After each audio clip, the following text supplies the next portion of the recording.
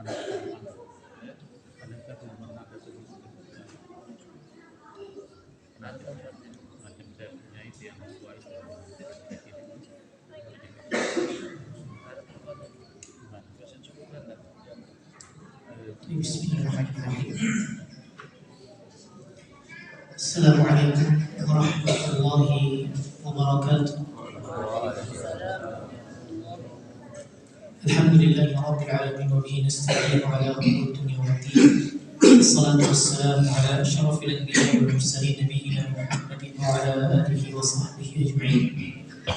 Allahumma 'allimna ma yanfa'una wanfa'na bima 'allamtana wa zidna 'ilman wa 'amalan.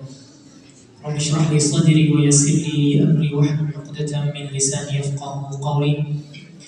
Ikhwatal Islam, hadirin dan hadirat, kaum muslimin dan muslimat yang semoga senantiasa dimuliakan Allah Subhanahu wa taala.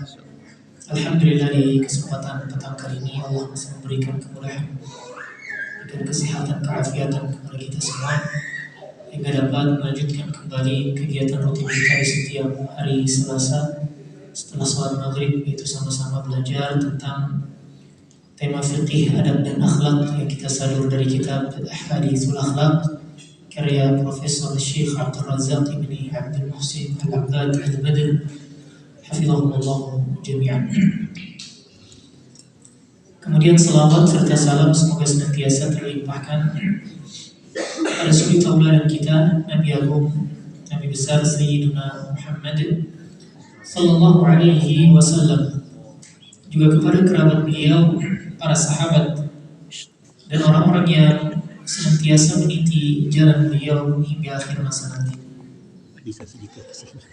Rekan-rekan yang dimuliakan Allah Subhanahu wa taala, hadirin dan hadirat yang berbahagia, kita lanjutkan bacaan kita pada kitab Ahaditsul Akhlaq pada halaman 218 di paragraf terakhir.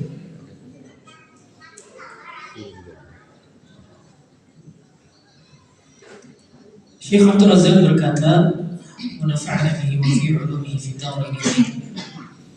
Lihada qala an-nabiy sallallahu alaihi wasallam lilladzi qala lahu awsini. Pada satu momen di mana baginda Nabi sallallahu alaihi wasallam memberikan pesan kepada seorang sahabat yang berkata kepada beliau, "Awsini, berilah aku nasihat." Kemudian kata Nabi sallallahu alaihi wasallam, "La taghdab, jangan marah." Faraddada miraran, kemudian sahabat tadi mengulang kembali, "Berilah aku nasihat." Kemudian kata Nabi sallallahu alaihi wasallam dengan jawaban yang serupa, "La taghdab, janganlah kau mudah marah." Falam yazidahu fil wasiyyati ala la taghdab ma'a takrarihi at-talab. Kemudian Nabi sallallahu alaihi wasallam tidak menambahkan pesan nasihat yang lain. Beliau mencukupkan dengan kata la taghdab, jangan marah. Padahal si sahabat tadi itu meminta dalam riwayat sebanyak 3 kali minta nasihat. Maksudnya sahabat tadi, saya minta nasihat yang berbeda gitu. Tapi Nabi SAW justru memberikan nasihat dengan ungkapan yang serupa, la taghdab. Jadi kalau ada orang yang marah di depan kita, la taghdab, jangan marah, jangan mudah marah. Jadi ini satu ungkapan yang justru bagi Nabi SAW ulang-ulang kembali kepada seorang sahabat yang menuntut atau meminta kepada beliau sebuah nasihat. Wahada, mengapa Nabi Sallallahu Alaihi Wasallam meminta atau menyampaikan nasihat yang dengan ungkapan serupa? Wahada dalilun zahirun, kata beliau Syekh Abdul Razak, ini menunjukkan besarnya fi ridhami mafsadatil ghadabi, kerusakan amarah, petaka amarah yang ditimbulkan. Karena akan berentetan dengan apa? Dampak-dampak yang berikutnya. Jadi bukan cuma sekedar marah, orang kan menganggap marah itu ya pelampiasan saja ketika itu. Tapi kalau marahnya ternyata memberikan dampak berikutnya, kan kita tidak tahu. Ternyata amarah kita itu terlampiaskan secara frontal misalnya, atau dalam kondisi kita tidak ada masa di mana marah itu tidak bisa kita kendalikan sehingga tidak terkontrol. Akhirnya membuat apa? Membuat situasi semakin rumit. Wama yang sya'min, dan juga dampak-dampak yang hadir setelah kita marah. Baik, kemudian beliau membawakan riwayat dari sahabat Abu Hurairah radhiyallahu taala anhu, anna Rasulullah sallallahu alaihi wasallam qala, bahwasanya Rasulullah sallallahu alaihi wasallam bersabda, laisa syadidu bis-sur'ati, orang yang kuat. Perhatikan ya, beliau mengatakan di sini laisa syadidu bis-sur'ati.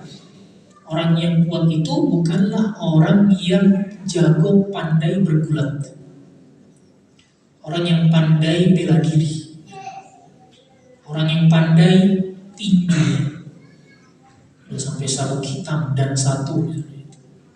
Itu bukan orang yang kuat, kata Nabi sallallahu alaihi wasallam. Lantas siapa orang yang kuat? Beliau menggunakan kata innama asyadidu. Sejatinya, jadi innama itu adatul hasr dalam gramatikal bahasa Arab. Dalam kaidah bahasa Arab, innama itu adalah media pembatas. Innama asyadidu berarti orang yang kuat itu hanya ini, tidak ada orang kuat yang lainnya. Itu versi sabda Nabi sallallahu alaihi wasallam. Sama seperti kita katakan innamal a'malu, sejatinya amalan. Jadi amalan itu binniyati. Jadi amalan dikatakan amalan yang diterima Allah Subhanahu wa taala ya hanya dengan niat. Kenapa? Karena didahului. Jadi kalau kita dalam teks bahasa mendapatkan awal kata dengan innama, itu artinya media pembatas. Ya amalan itu cuma dianggap sebagai amalan ketika ada niatnya. Makanya dikatakan dalam hadis innamal a'malu binniyat, bukan pakai inna, tapi ada innama. Kalau inna itu artinya sesungguhnya, hanya penekanan saja. Tapi kalau Nabi mengucapkan dalam teks itu menggunakan kata innama, itu dalam kaidah bahasa Arab adalah media pembatas. Artinya tidak ada amalan kecuali dengan niat. Sama juga seperti kasus ini. Innama syadidu, kalau beliau sampaikan di awal redaksi, laisa syadidu bisur'ati, bukanlah orang yang kuat itu yang pandai bergulat, yang pandai bela diri, yang pandai pencak silat. Innama, sejatinya asyadidu, orang yang kuat itu alladzi yamliku nafsahu 'indal ghadabi, orang yang mampu mengendalikan emosinya ketika marah, ketika amarahnya memuncak. Jadi dia mampu mengendalikan emosi. Jadi sekali lagi, innama di sini adalah sebagai kata kunci untuk menentukan bahwa orang kuat itu versi baginda Nabi Sallallahu Alaihi Wasallam hanya siapa? Orang yang mampu mengendalikan amarah. Orang yang kuat. Hadis ini muttafaqun alaihi, diriwayatkan oleh Imam Bukhari dan Imam Muslim, dan beliau bersepakat atas kesahihannya. Qauluhu, kemudian Syekh Abdul Razak memberikan komentar. Laisa syadidu bisur'ati, bukanlah orang yang kuat itu dengan tinju atau dengan yang jago dalam perkelahian. Al-ma'ruf indan nasi, yang diketahui di urufnya orang-orang, yaitu di sekitar masyarakat, anna sur'ata huwa syadidu al-qawiyyu alladhi yasra'an nas. Bagi kita, orang yang jago, yang hebat itu kan yang pandai pencak silat. Itu pencak silat sabuk hitam, orang jadi masya Allah pendekar jago. Itu bagi orang-orang di sekitar kita, di masyarakat kita kan seperti itu pandangan. Fa'arada Nabi sallallahu alaihi wasallam, namun Nabi sallallahu alaihi wasallam menginginkan an yunabbihahum, memberikan pengertian konsep kepada mereka tentang siapa orang yang kuat, siapa orang yang jago. Anna syiddata, bahwasanya orang yang jago, wal quwwata, dan kuat, haqqan, sejatinya, sejujurnya, laisat hiya hadhihi, bukanlah orang-orang yang pandai bertinju, bertarung atau bersilat. Wa innama, sejatinya, sesungguhnya, hiya, orang yang kuat, yang jago itu, an yamlikal insan nafsahu 'inda ghadab, yang mampu mengendalikan amarahnya. Yang mampu mengendalikan amarah. Itu orang yang jago, yang kuat. Apalagi sudahlah dia pandai silat, pendekar, jago mengendalikan emosi. Berarti dia mampu mengumpulkan dua kehebatan. Hebat di pandangan manusia secara kependekaran, dan juga hebat, kuat mengendalikan emosi. Ya, pengalaman, kebanyakan orang yang saya temui para pendekar itu memang orangnya sabar-sabar. Kalau ketemu dengan guru-guru silat, guru-guru bela diri yang bukan yang baru sabuk putih ya, sabuk putih biasanya suka tinju itu, suka pamer jurus, baru latihan tadi sore, malam ini praktik sama temennya itu kalau sabuk putih biasanya, sabuk kuning gitu. Satu, dua nggak dipraktekin gitu. Temannya megang tangannya langsung ditangkis gitu. Praktek gitu. Tapi kalau orang yang sudah sama kita, yang sudah master ya, pendekar itu biasanya tenang. Dia orang marah sama dia tidak digubris gitu. Jadi bagus, masya Allah, kalau sekiranya orang sudah ada pendekar, juga dia orang yang mampu mengendalikan emosi. Baik, kemudian ini menjadi satu catatan buat kita bersama bahwa sekali lagi menurut baginda Nabi SAW, kalau kita mau menjadi orang yang kuat secara jiwa, maka jadilah orang yang pandai mengendalikan amarah, pandai mengendalikan emosi. Kemudian beliau Syekh Abdul Razak membawakan riwayat yang berbeda dari sahabat Ibnu Umar radhiyallahu anhu. Beliau berkata, qala Rasulullah sallallahu alaihi wasallam, Rasulullah sallallahu alaihi wasallam bersabda, "Ma min jur'atin, tidaklah ada tegukan, tetesan, a'zamu ajran 'inda Allah, yang besar pahalanya di sisi Allah Subhanahu wa taala, min jur'ati ghaidhin, dibanding tetesan amarah, kalamaha, yang dipendam, yang dikendalikan, abdun, seorang hamba, ibtigha'a wajhillah, dengan harapan mengharap ridha Allah Subhanahu wa taala." Tetesan yang paling berpahala di sisi Allah Subhanahu wa taala itu adalah ketika seseorang mampu mengendalikan emosinya. Dengan harapan apa? Dengan harapan ibtigha'a wajhillah, mengharap ridha Allah Subhanahu wa taala. Mengharap ridha Allah. Jadi mengendalikan atau menahan emosi itu juga tidak sembarang ya, artinya ada kaidahnya. Kaidah dasar, prinsip dasarnya ketika kita mengendalikan emosi, yaitu mengharapkan ridha Allah Subhanahu wa taala. Bukan karena mau dibilang orang, masya Allah itu bapak saja yang punya harus kan. Karena dia ingin tambah semangat dia untuk melatih mengendalikan emosi. Karena ingin dipuji oleh orang itu. Keliru. Ini kurang tepat. Jadi kalau kita ingin belajar mengendalikan emosi, ya yang pertama-tama harus kita ingat bahwa kita ingin mengharapkan ridha dari Allah Subhanahu wa taala. Mengapa? Karena Allah perintahkan kita untuk mengendalikan emosi. Karena Nabi SAW perintahkan kita untuk mengendalikan emosi. Maka itu yang pertama harus kita cari. Adapun nanti orang-orang berkata, masya Allah, fulan luar biasa, yang paling sabar sekota Palu. Itu bonus saja. Itu bonus yang Allah titipkan kepada orang-orang melalui lisan-lisan orang, kemudian memuji dirinya. Yang paling sabar sekota Palu, luar biasa. Jadi sekali lagi rekan-rekan, juga muslimin dan muslimat, hadirin dan hadirat yang berbahagia, beliau ingin berikan penjelasan di sini bahwa besarnya pahala orang-orang yang mampu menekan amarahnya dalam rangka mengharap ridha Allah Subhanahu wa taala, dan pasti juga untuk mencegah adanya mafsadat atau kerusakan karena dampak dari adanya gejolak amarah. Syekh Abdul Razak memberikan keterangan, "Fahiya afdal jur'atin yatajarra'aha al-'abdu wa a'zamuha thawaban wa arfa'uha darajatan." Jadi akhlak tentang bagaimana kita mengendalikan amarah itu adalah salah satu akhlak yang paling mulia, yang paling besar pahalanya dan tinggi derajatnya di sisi Allah Subhanahu wa taala. Bi an yahbisa al-mar'u nafsahu min at-tashaffi wal intiqam, di mana seorang hamba itu mampu menekan.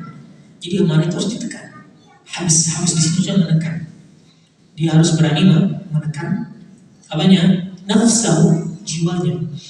Minat tashaffi wal intiqam, untuk melampiaskan dan juga membalas.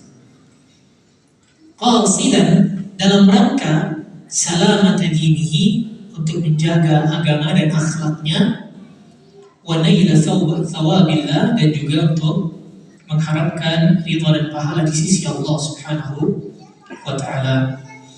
ثم إن النبي صلى الله عليه وسلم وجه إلى أمرين عظيمين على الإنسان.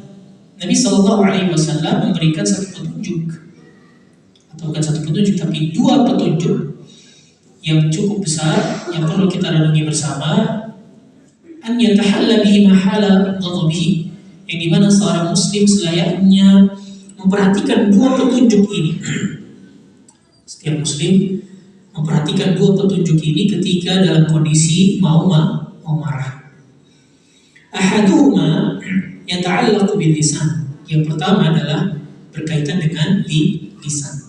Berkaitan dengan lisan, ucapan maksudnya. Watsani yata'allaqu bil jawarih. Yang kedua berkaitan dengan badan, fisik atau tindakan. Ya. Jadi dua hal ini harus kita perhatikan. Kata Nabi kata Syekh Abdul Razak, menukil dari sabda Nabi Sallallahu Alaihi Wasallam, memberikan satu intisari bahwa Nabi Sallallahu Alaihi Wasallam ingin memberikan petunjuk kepada kita ketika seorang hamba mau marah, seorang muslim mau marah, dia perhatikan dua hal. Yang pertama ucapan, yang kedua tindakan. Amal awal, adapun yang pertama, dalam riwayat Imam Ahmad rahimahullah dari sahabat Ibn Abbas radhiyallahu taala anhuma, anna Nabi Sallallahu Alaihi Wasallam qala, bahwasanya baginda Nabi Shallallahu Alaihi Wasallam bersabda, "Idza ghadiba ahadukum falyasmut." Apabila salah seorang dari kalian hendak melampiaskan amarah, kata Nabi Sallallahu Alaihi Wasallam, "Falyasmut." Hendaklah dia menjaga lisannya, diam, tidak bisa tekan. Maka itu dikatakan habsun nafs. Habsun nafs maksudnya tekan dirimu agar jangan sampai mengucapkan kata-kata dalam kondisi emosi, dalam kondisi dalam arti yang memberikan dampak negatif. Yaitu liyamna' nafsahu minal kalami halal ghadab, yaitu selayaknya seorang itu mengendalikan ucapannya dalam kondisi ia sedang marah. Li'annahu in takallama wa huwa ghadban sayatakallamu bima la yuhmad atau la yahmad 'aqibatuh. Apabila ia melakukan atau berucap sesuatu, mengatakan sesuatu ketika dalam kondisi memuncak amarahnya, maka itu akan berpotensi ia akan mengucapkan kata-kata yang tidak terpuji. Liannahu waqtal ghadabi, karena dia dalam kondisi marah, qad yaqul kalaman sayyi'a, boleh jadi ia akan berkata kata-kata yang sifatnya itu buruk. Min la'anin, bisa saja melaknat, wa syatmin, atau wasyatmi, syatmi itu maksudnya mencela, wabadza'ah, atau kata-kata yang keji. Fa'alaihi an yamsik 'anil kalami fala yatakallam wala bi kalimatin wahidah hala ghadabihi. Maka selayaknya ia menjaga ucapannya ketika ia berbicara, wala bi kalimah, kalau bisa tidak usah berkata walaupun satu kalimat atau satu kata. Kalau dia harus menahan dirinya dari satu kata, tahan. Tapi ini perlu diperhatikan, artinya tidak mutlak. Dalam arti tidak mutlak apa? Ya dia boleh berkata-kata yang bersifat baik dalam kondisi marah, misalnya emosi sekali. Kok ini udah bikin emosi? Terus bagaimana? Terus kasih umroh kami bulan depan, insya Allah. Ini kata-kata yang bagus justru. Ini positif. Diumrohkan malah. Tapi kalau kata-katanya justru berpotensi merusak, mencaci, kata-kata mohon maaf, nama-nama hewan yang keluar, ini jangan, atau bahkan ditahan lisan kita. Nyamuk gitu, ada nyamuk, ada apa? Mana nyamuk yang ada di tangan nyamuk gitu. Atau yang sebenarnya kata-kata yang mungkin secara uruf, secara kultur masyarakat itu adalah kata-kata yang konotasinya negatif. Maka itu perlu kita tekan gitu ya, dengan diungkapkan, dengan dilampiaskan. Kayaknya berat sekali. Ya itu namanya butuh proses. Makanya kata Syekh terus di sini, fa'alaihi an yamsik 'anil kalami, makanya ia melatih untuk mengendalikan.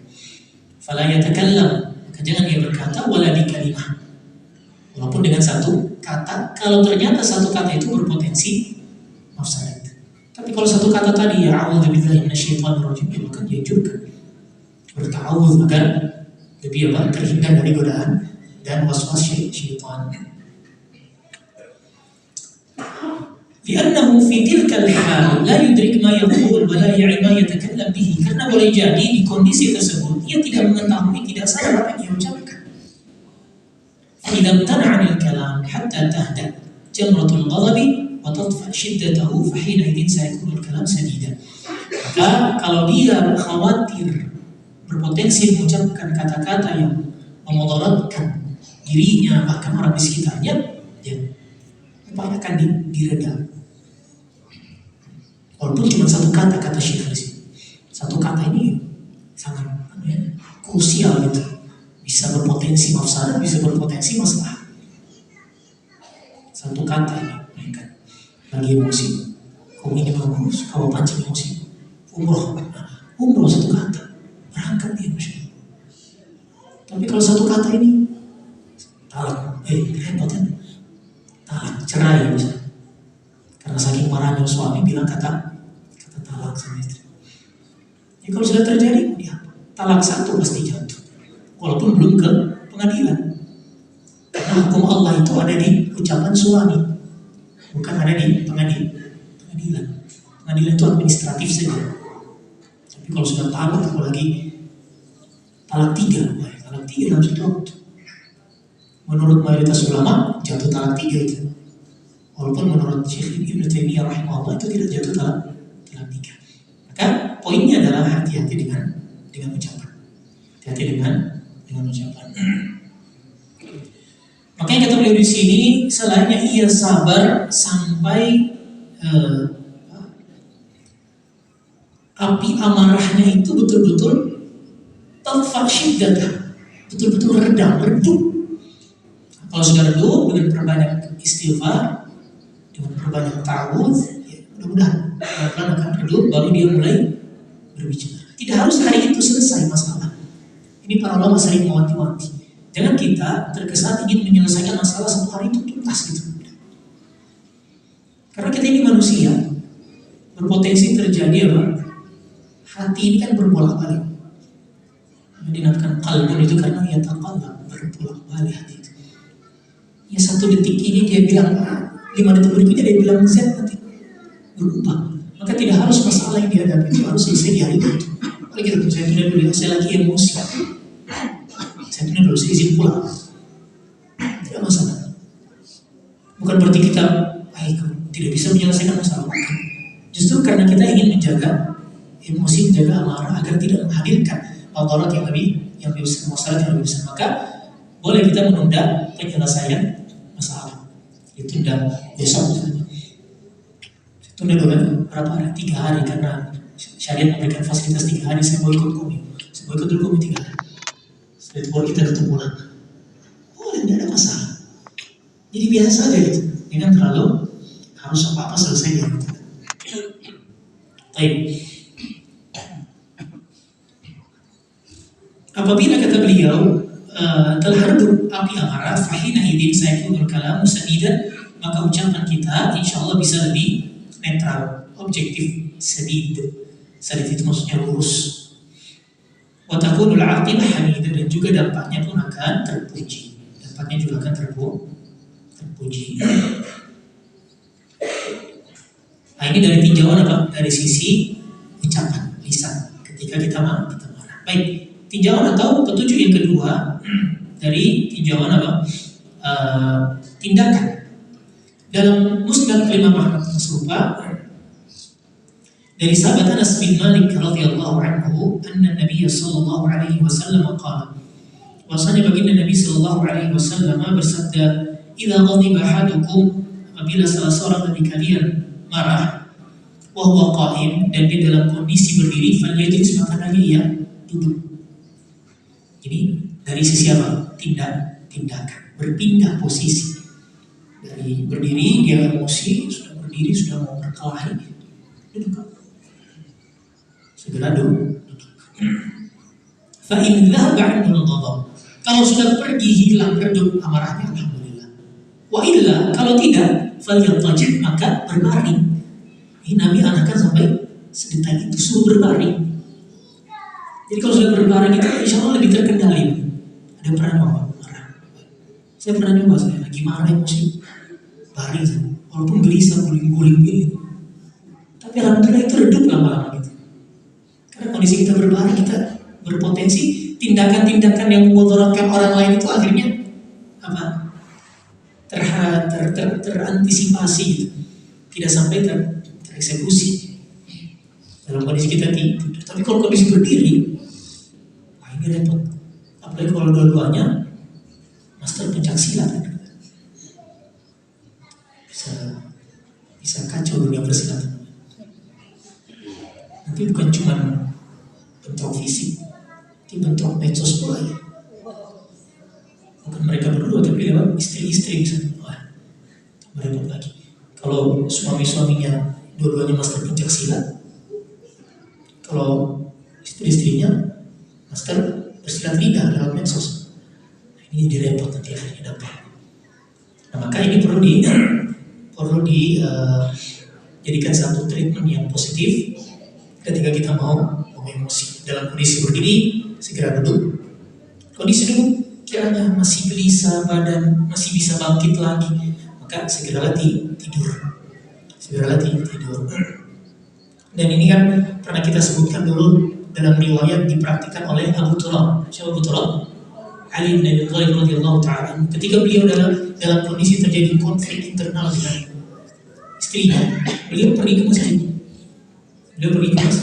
Sampai di masjid istirahat beliau. Istirahat di masjid, menghindari yang namanya konflik. Ini bagus sekali solusi dari sahabat mulia Ali bin Abi Thalib radhiyallahu ta'ala ketika beliau emosi. Bukan cuma dari berdiri ke duduk, tapi dari berdiri pergi keluar ke masjid, keluar dari rumah menuju masjid. Ini salah satu cara solusi ketika kita sedang emosi, khususnya dalam rumah kita bersama keluarga kita. Ya, kalau sekarang mungkin mau ke masjid masjidnya tutup saja. Ya, pergi ke warkop mungkin bisa ketemu teman-teman sambil ngopi. Ya, itu sebagai sarana saja. Mungkin bawa buku bacaan di situ. Tapi jangan ke warkop cari masalah sama orang yang lain gitu. Sampai di warkop masalah pelanggan yang lain yang dicarikan masalah. Jadi kita harus berlatih untuk bagaimana mengontrol emosi di dalam maupun di luar rumah. فعندما يكون الإنسان في شدة غضبه وهو قائم, kata Syekh Abdul Razak mengomentari hadis ini, apabila seorang muslim dalam kondisi marah dan dia posisinya berdiri, wa man aghdabahu amamahu qariban, dan orang yang membuat dia emosi itu di depannya, rubbama la yamlik nafsahu min al-iddarab bihi, karena boleh jadi ketika berdekatan kondisinya berdiri, ini bisa berpotensi menghadirkan kemafsadatan bagi kedua belah pihak. Fa idza taba'ada 'anhu sakana ghadabuhu, dan apabila mereka saling menjauh atau salah satu merubah posisi, ini bisa sakana ghadabuhu, membuat amarahnya itu sedikit redup. Wa in ihtaja ila an yattaji'a fa'al, dan apabila ia butuh untuk berbaring tidur, maka lakukanlah bila memang itu dibutuhkan, diperlukan. Fa innahu akthar sukunan wa hada lin-nafs, karena berbaring, rebahan itu bisa membawa dirinya pada ketenangan dan kenyamanan jiwa atau kenyamanan hati. Jadi kalau rebahan itu bagus, ini banyak praktek kan ya. Orang-orang yang suka rebahan itu bagus. Jadi satu obat. Jadi rebahan itu tidak selalu berkonotasi negatif ya. Rebahan itu ada sisi positifnya. Ketika sedang marah, ya rebahan Insyaallah itu baik. Walhasil, kesimpulannya, annal ghadban halal ghadab, bahwasanya orang yang marah dalam kondisi memuncak amarahnya, la yanbaghi, tidak layak lahu an yatasarrafa bima yubli alaihi ghadabu. Kalau bisa jangan bertindak melakukan sesuatu yang justru memantik emosinya. La qawlan, bukan dengan ucapan, wala fi'lan, juga bukan dengan tindakan. Ustaz, emangnya ucapan itu bisa memantik, memicu kita semakin marah? Ya bisa.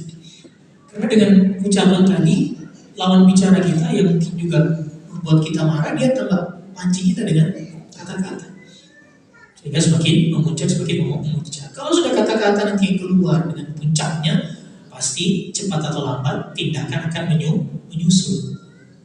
Tindakan akan menyusul. Gerakan fisik akan menyusul, dan ini berbahaya dan dapat memberikan kemudaratan.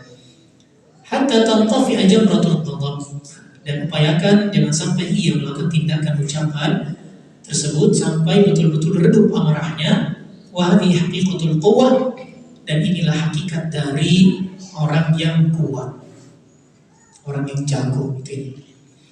An yamlika nafsahu 'inda ghadab atau 'inda ghadabihi, yaitu ia mampu mengendalikan amarahnya, emosinya ketika dalam kondisi memuncak.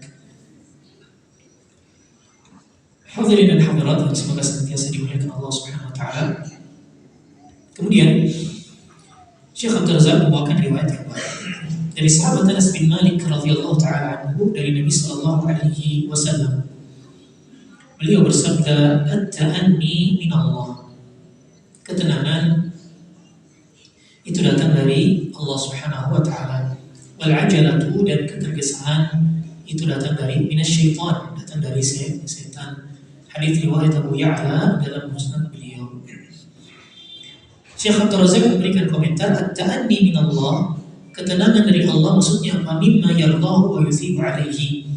Itu ketenangan itu dapat memberikan keridhaan atau berdampak pahala bagi seorang hamba. Dan ketenangan itu bisa menjadi sebab seorang bersikap bijak. Ketenangan itu bisa menjadi sebab orang bersikap bijak, tidak tergesa-gesa dalam bertindak, tidak tergesa-gesa dalam berucap. Maka dia akan lebih menghadirkan kebijaksanaan seseorang tersebut ketika dia betul-betul mampu tenang dalam menyikapi masalah. Wal 'ajalatu minasyaitan, dan ketergesa-gesaan itu dari setan. Dan ketergesa-gesaan ini bisa menjadi pemicu hadirnya amarah. Ketergesa-gesaan itu dapat menjadi pemicu hadirnya atau datangnya amarah. Dan ketergesaan ini maksud di sini adalah wal hamil 'alaiha biwaswasatihi, yaitu waswas dari setan, li'anna al-'ajalah tamna'u min at-tathabbuti wan nadhari fil 'awaqib. Karena ketergesa-gesaan itu menghalangi seseorang dari tathabbut. Tathabbut itu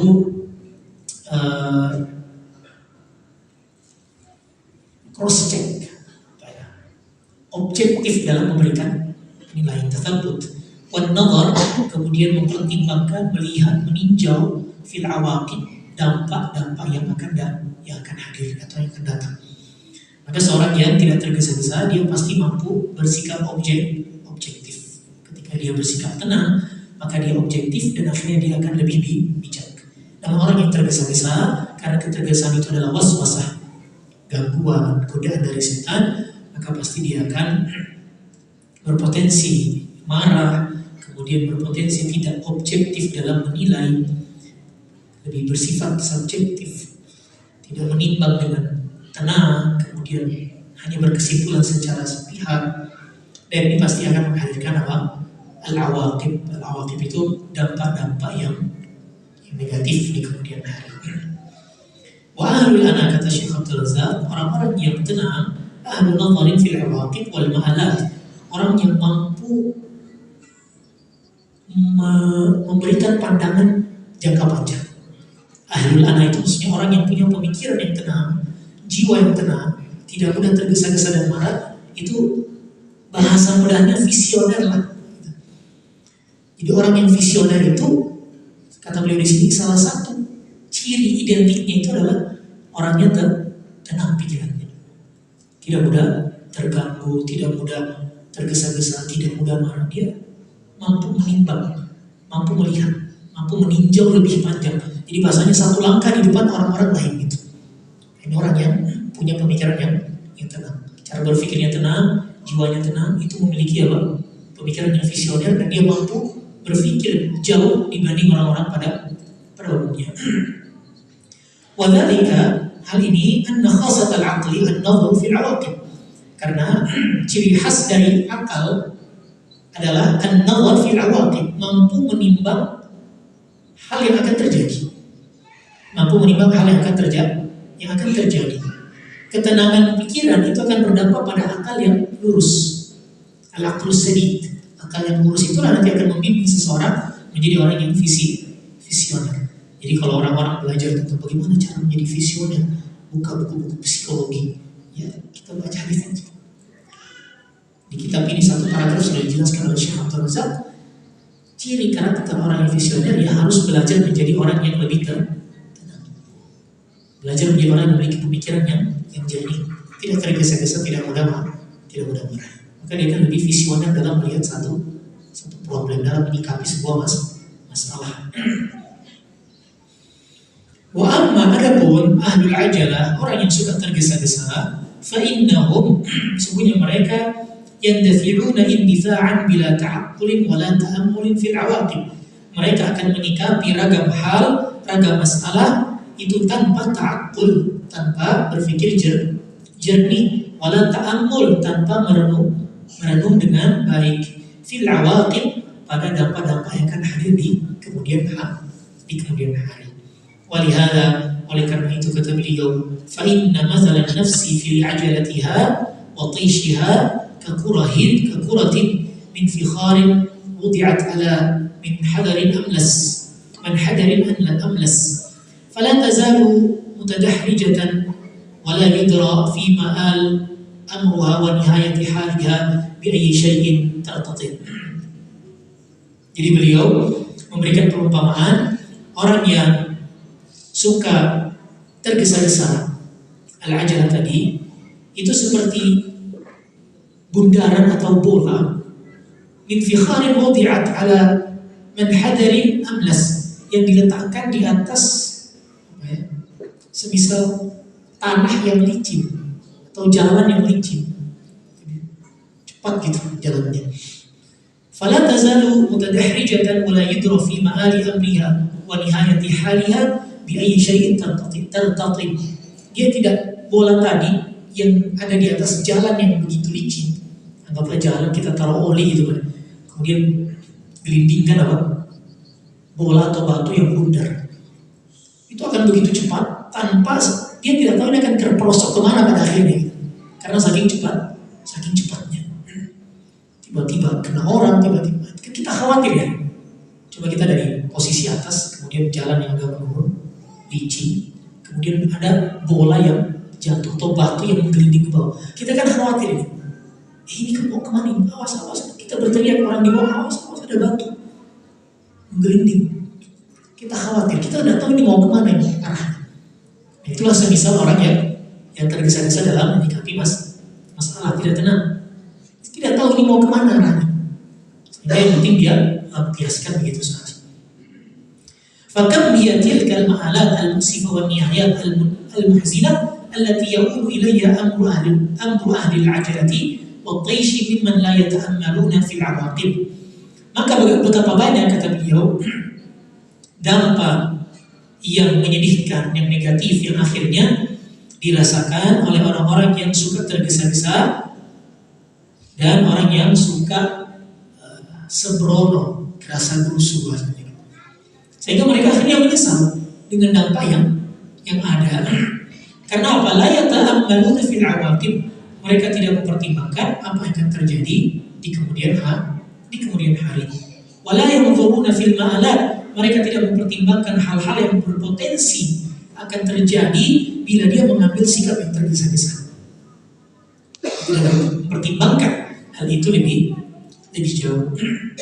Wa fi ta'widin nafsi 'ala al-ana as-salamatu min awaqibil ghadabi 'inda wujudihi.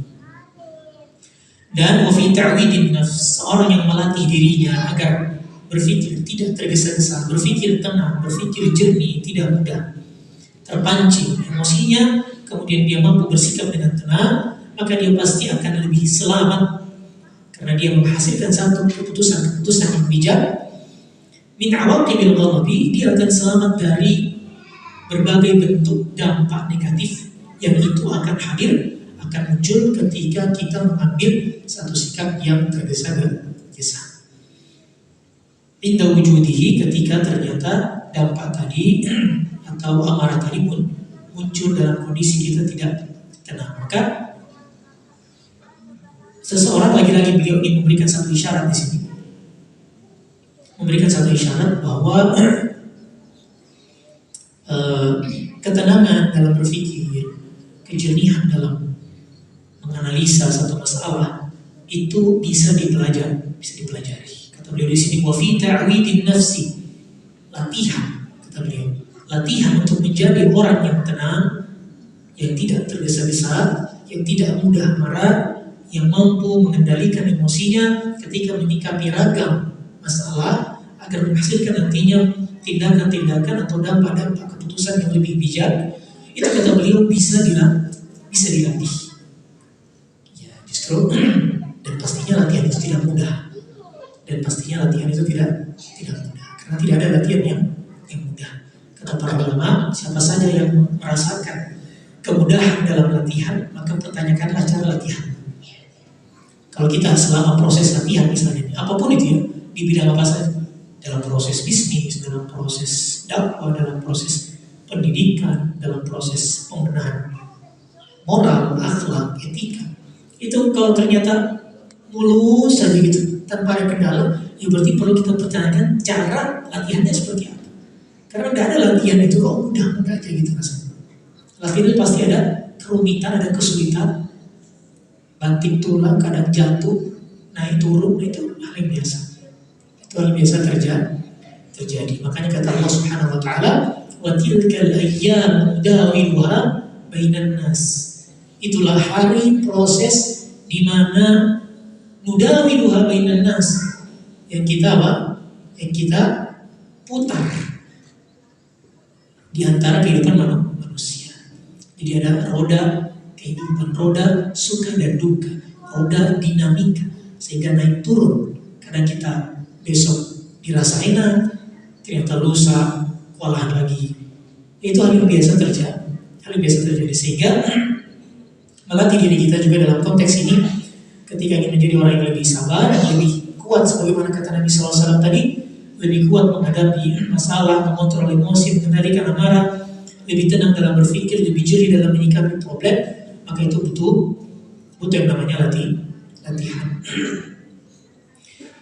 Latihannya bisa secara pribadi, bisa secara formal. Ada latihan-latihan formal biasa saya perhatikan di beberapa situs, itu mengikuti proses latihan, pelatihan biasanya lebih ke leadership, bagaimana melatih diri kita agar bisa berpikir bijak, agar bisa berpikir lebih tenang, mengambil keputusan-keputusan yang ya tidak harus cepat tapi matang gitu. Nah itu biasanya dalam latihan seperti itu. Tapi ada juga yang perlu kita latih dalam keseharian. Ini tidak perlu ikut pelatihan kalau ini. Ya kita menghadapi orang banyak begini, ya butuh latihan. Salah satu cara latihannya bagaimana? Saya pernah ikut satu pelatihan leadership, itu bagus sekali. Kata beliau, cara kita ingin melatih jiwa kita yang mungkin suka marah, suka tidak tenang, suka tidak berpikir jernih itu, setiap hari kalau bisa ketemu dengan 5 orang baru. Jadi kita disuruh ketemu dengan 5 orang baru. Di situ akan kelihatan cara kita berinteraksi. Jadi satu hari ketemu dengan 5 orang baru. Cari orang di mana saja, pokoknya cari, berinteraksi. Dan itu pasti akan kita rasakan bedanya. Bayangkan dalam satu hari 5 kali 30, 150 orang kita temukan dalam satu bulan dengan orang-orang yang berbeda. Di situ kita akan lebih terlatih bagaimana cara mengendalikan gaya interaksi agar tidak mudah emosi, agar tidak mudah tergesa-gesa dalam mengambil sikap. Kita bisa lebih tenang dalam hal ini. Nah ini tidak, kita jarang melatih latihan seperti ini. Ya mungkin ini salah satu metode saja. Ada mungkin ada metode yang lain yang mungkin saya tidak paham atau kita belum tahu. Tapi kalau bisa ketika bertemu dengan orang baru atau dengan orang banyak itu kita melatih interaksi kita agar lebih positif sehingga vibes kita itu vibes yang positif. Ketika kita datang ketemu orang itu merasa nyaman gitu. Oh, ini harusnya positif ini berarti. Tapi kalau kita datang orang menghindar justru ini kita perlu bagaimana mengevaluasi diri kita jangan kita yang memang tidak interaksinya tidak positif kepada orang lain. Nah, sehingga ini bisa kita latih biidznillah itu. Dan repotnya kita hari-hari ini dalam berinteraksi itu, ya ketemunya dengan orang-orang itu saja gitu. Besok ketemu itu lagi. Sudah baku tak salah kemarin, besok ketemu itu lagi. Jadi kayak ada toksik dan itu kayak tidak mau dibenahi gitu. Sehingga dia seperti kata pepatah, api di bawah kaca gitu. Api di bawah kaca tahu ya? Ini api, kita taruh ada api yang agak besar, kemudian kita taruh kaca. Itu kan seperti redup apinya. Di atasnya seperti seakan-akan tenang, tapi di bawahnya seperti bergejolak gitu. Ini bisa jadi bom waktu satu waktu. Bisa jadi bom waktu. Maka solusinya bagaimana? Ya kita ngobrol komunikasi. Kalau hari ini kita belum bisa tenang, ya mungkin bisa lah beberapa hari berikutnya kita ajak komunikasi. Ada masalah apa? Pelan-pelan. Sehingga kita carikan solusinya. Dan solusi itu tidak harus segera didapatkan. Tidak harus cepat didapatkan. Karena boleh jadi kita sebagaimana kata Nabi SAW di sini, at-ta'anni, kita butuh yang namanya ketenangan berpikir. Sehingga terkadang solusi itu tidak harus hari ini, mungkin bisa besok, lusa atau di hari-hari berikutnya. Maka ini salah satu cara atau teknis saja yang tidak mutlak, boleh dengan metode-metode yang lain. Yang inti prinsipnya adalah bagaimana kita terus bersama-sama melatih diri kita agar tidak menjadi orang yang tergesa-gesa, bisa menjadi orang yang lebih tenang dalam menyikapi masalah, dalam menyikapi apalagi hubungan dalam rumah tangga kita, sehingga tidak mudah emosi, sehingga berdampak pada hal-hal yang negatif dalam rumah tangga kita atau dalam tatanan masyarakat kita semuanya. Wallahu a'lam bishawab. Berapa menit lagi? 1 menit.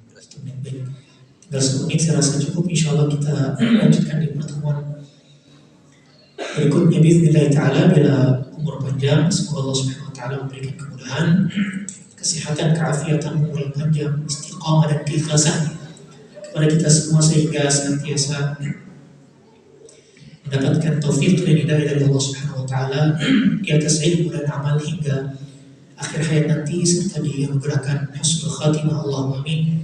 Wassallallahu ala sayyidina Muhammadin wa ala alihi wa sahbihi wasallam. Akhiru da'wana alhamdulillahi rabbil alamin. Kita tutup dengan doa kafaratul majlis. Subhanakallahumma rabbana bihamdika asyhadu an la ilaha illa anta astaghfiruka wa atubu ilaik. Assalamu alaikum warahmatullahi wabarakatuh.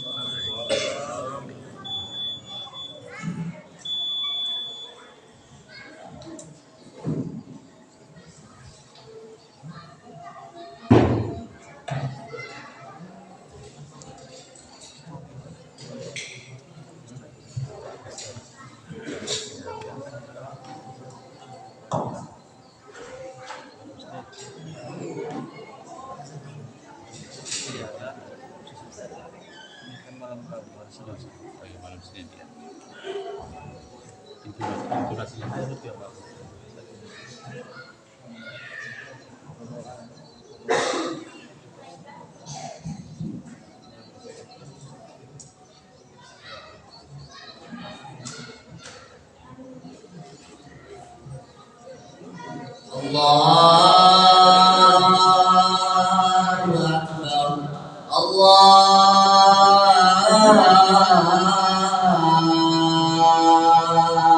Akbar.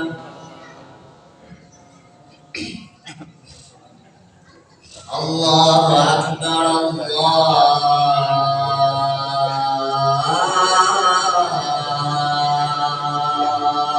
Akbar.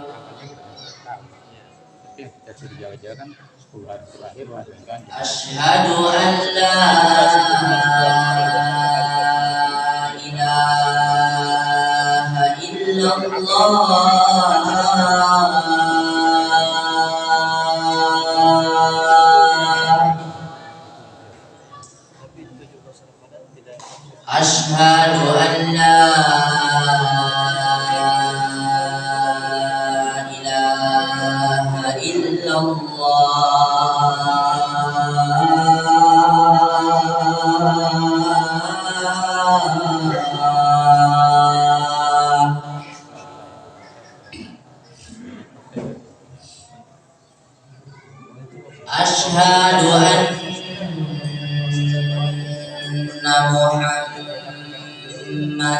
رسول الله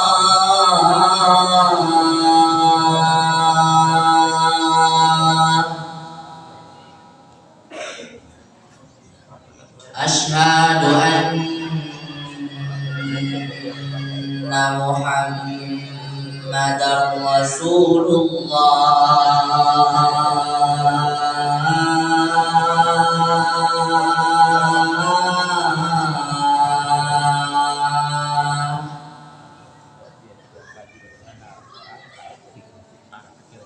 هيا على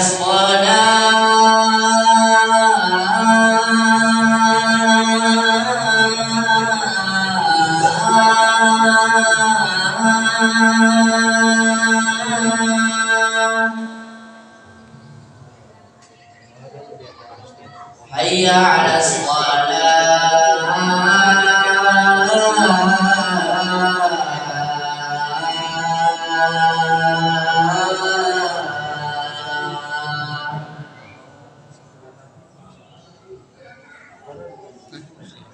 حي على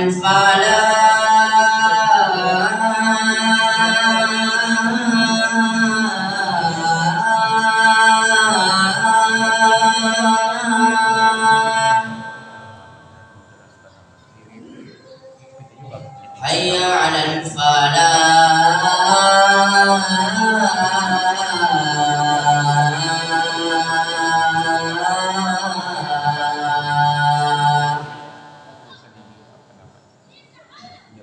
الله أكبر الله